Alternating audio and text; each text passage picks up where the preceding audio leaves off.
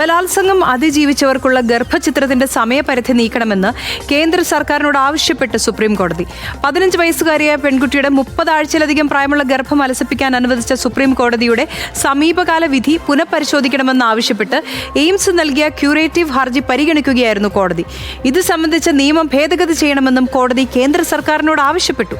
Chief justice Suryakant, justice Joymalya Bagchi എന്നിവരടങ്ങിയ ബെഞ്ചാണ് ഈ വിഷയം പരിഗണിച്ചത്. വിവരങ്ങളുമായി ന്യൂസ് ഡെസ്കിൽ നിന്നും ധന്യ വിശ്വം ചേരുകയാണ്. ധന്യ, ഇത് വളരെ സുപ്രധാനമായ ഒരു ടോപ്പിക്കാണ്, സംസാരിക്കേണ്ട ഒരു കാര്യമാണ്. അവസാനം നമ്മൾ വിചാരിച്ച പോലെ തന്നെ അത് വന്നിരിക്കുന്നു, അല്ലേ? തീർച്ചയായിട്ടും. അതായത് രേണു ഇത് കൃത്യമായി പറയുന്നുണ്ട്. നേരത്തെ തന്നെ ആ വിധിയിൽ അത് വ്യക്തമായിരുന്നു. ബലാത്സംഗം മൂലം ഗർഭിണിയാകേണ്ടി വരുന്ന പെൺകുട്ടികൾക്ക് ഭ്രൂണഹത്യയ്ക്ക് സമയപരിധി നിശ്ചയിക്കരുത് എന്ന് നേരത്തെ തന്നെ വിധി ഉണ്ടായിരുന്നതായിരുന്നു. ആ വിധിക്കെതിരെ എയിംസ് നൽകിയ, കേന്ദ്ര സർക്കാർ നൽകിയ ഹർജിയാണ് ഇപ്പോൾ രൂക്ഷമായി വിമർശിച്ചുകൊണ്ട് സുപ്രീം കോടതി തള്ളിയിരിക്കുന്നത് എന്നുള്ളതാണ്. അതായത് 30 ആഴ്ച എന്ന് പ്രത്യേകം എടുത്തു പറയുന്നുണ്ട്. അത് എത്ര ആഴ്ചയാണെങ്കിലും ആ സമയപരിധിയിൽ തീരുമാനമെടുക്കേണ്ടത്, ഇല്ലെങ്കിൽ ഭ്രൂണഹത്യ വേണമോ എന്നുള്ള കാര്യത്തിൽ, അബോർഷന്റെ കാര്യത്തിൽ തീരുമാനമെടുക്കേണ്ടത് ആ പെൺകുട്ടിയും മാതാപിതാക്കളുമാണ്.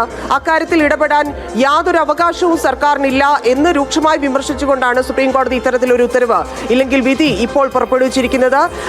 നമുക്കറിയാം, ഈ കേസുമായി ബന്ധപ്പെട്ട് നേരത്തെ നൽകിയ പരാതിയാണ്. ആ പരാതിയെ തുടർന്ന് കോടതിയിലെത്തുന്നു, സുപ്രീം കോടതിയിലെത്തുന്നു. സുപ്രീം കോടതി അത് വിശദമായി പഠിക്കുന്നു. അതിനുശേഷമാണ് ഭ്രൂണഹത്യ നടത്താം എന്നുള്ളതിലേക്ക് എത്തിയത്. പക്ഷേ അതിനെ ചോദ്യം ചെയ്തുകൊണ്ടായിരുന്നു വീണ്ടും കേന്ദ്ര സർക്കാർ എയിംസ് സുപ്രീം കോടതിയെ സമീപിച്ചിരുന്നത്. പക്ഷേ അത് സാധ്യമല്ല എന്നാണ് ഇപ്പോഴും കോടതി പറയുന്നത്. ഈ ബലാത്സംഗം മൂലം ഗർഭിണിയാകേണ്ടി വരുന്ന സാഹചര്യത്തിൽ ഇതിന്റെ ഒരു പരിധി, സമയപരിധി, അത് എപ്പോൾ ചെയ്യണം എന്നുള്ള കാര്യത്തിൽ പോലും കൃത്യമായ തീരുമാനമെടുക്കാം എന്ന് പറയുന്നു. ഒപ്പം തന്നെ പീഡനത്തിന് ശേഷം ആ പെൺകുട്ടി അനുഭവിച്ച വേദനയ്ക്ക് പകരം നൽകാൻ ഒന്നിനും കഴിയില്ല എന്ന് ചീഫ് ജസ്റ്റിസ് സൂര്യകാന്ത് വ്യക്തമാക്കുന്നുണ്ട്. പൗരന്മാരുടെ അവകാശങ്ങളെ ബഹുമാനിക്കണമെന്നും ഇനിയൊരു ഹർജി നൽകാൻ ഈ കേസുമായി ബന്ധപ്പെട്ട്, ഇല്ലെങ്കിൽ ഇത്തരത്തിലുള്ള കേസുകളിൽ ഇനിയൊരു ഹർജി നൽകാൻ സർക്കാരിന് അധികാരമില്ല എന്നുകൂടി എടുത്തു പറഞ്ഞുകൊണ്ട്, ഓർമ്മിപ്പിച്ചുകൊണ്ടാണ് അത്തരത്തിലൊരു വിധി വീണ്ടും ഉണ്ടായിരിക്കുന്നത്.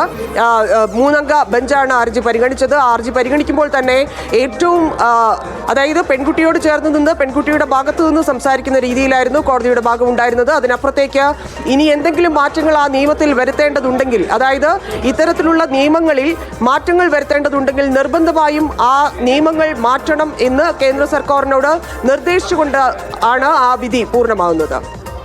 ധന്യവിശ്വമാണ് ആ വിവരങ്ങൾ നൽകിയത്. സുപ്രധാനമായൊരു വിധിയായിരുന്നു, പ്രതീക്ഷിക്കേണ്ട ഒരു വിധിയായിരുന്നു, പ്രതീക്ഷിച്ചൊരു വിധിയായിരുന്നു, ഒരുപാട് പേർക്ക് ആശ്വാസം നൽകുന്ന ഒരു വിധി കൂടിയായിരുന്നു.